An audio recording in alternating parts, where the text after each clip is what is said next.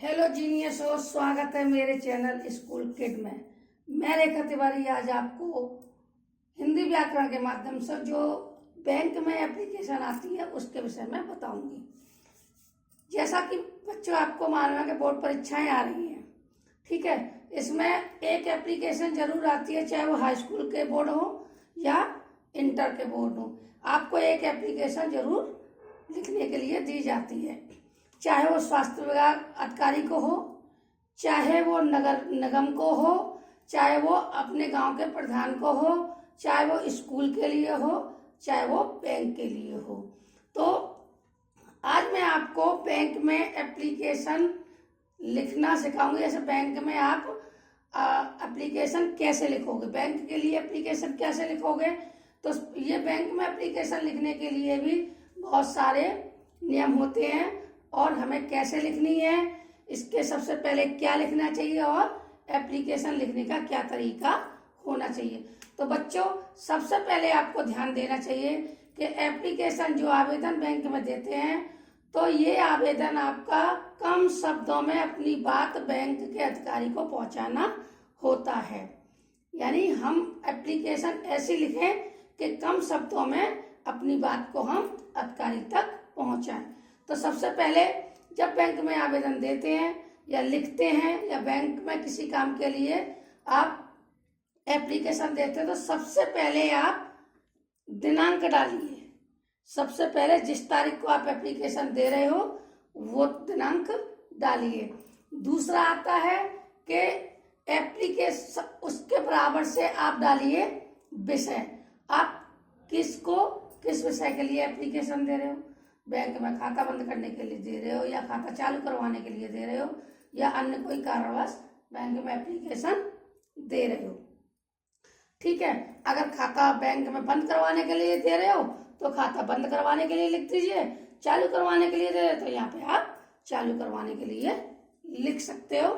और जो भी जिसके लिए भी दे रहे हो तो आप अपना विषय उस पर सबसे पहले लिखिए, जिससे अधिकारी को मालूम पड़ जाए कि ये एप्लीकेशन जो दी जा रही है ये किस विषय के लिए दी जा रही है। अधिकारी को ज्यादा अंदर डीपली जाने की जरूरत ना पड़े। फिर उसके बाद लिखते हैं सेवा में, ठीक है। सेवा में के नीचे ही लिखते हैं श्रीमान शाखा प्रबंधक महोदय, ठीक है।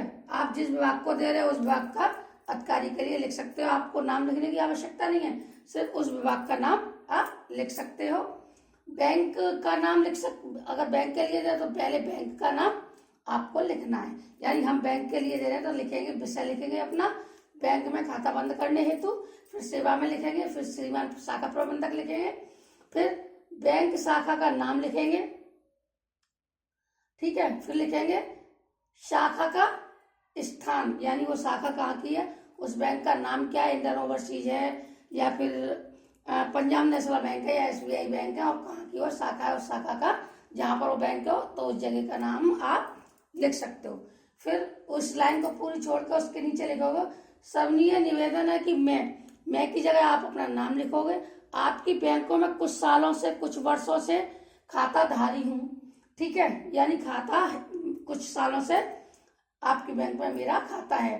कुछ कारण से, आपको कारण नहीं बताना क्या कारण है, कुछ भी कारण से, कुछ कारणों से मैं खाता बंद कराना चाहता हूं या चाहती हूँ। अगर आप लड़की हो तो चाहती हूँ, लड़का हो तो चाहता हूँ।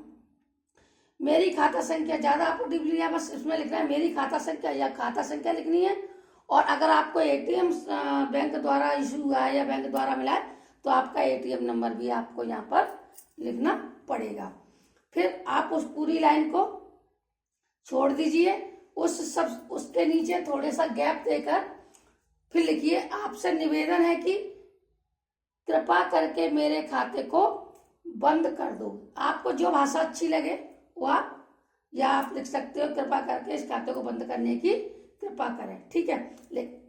फिर आपकी अति कृपा होगी यह जरूर लिखना है बच्चों, क्योंकि आप उनसे निवेदन कर रहे हो, यानी आप उनको आवेदन दे के निवेदन कर रहे हो कि सर मेरा यहाँ काम कर दीजिए, तो आप ये जरूर लिखना कि आपकी अति कृपा होगी, ठीक है। उसके बाद आपको धन्यवाद लिखना है, डेट डालनी है और सबसे ज्यादा इम्पोर्टेंट आपको काम करना है, लेफ्ट में जाके अपना नाम लिखना है, खाता संख्या लिखनी है, ATM संख्या लिखनी है और मोबाइल नंबर आपको हस्ताक्षर सिग्नेचर जरूर करने हैं।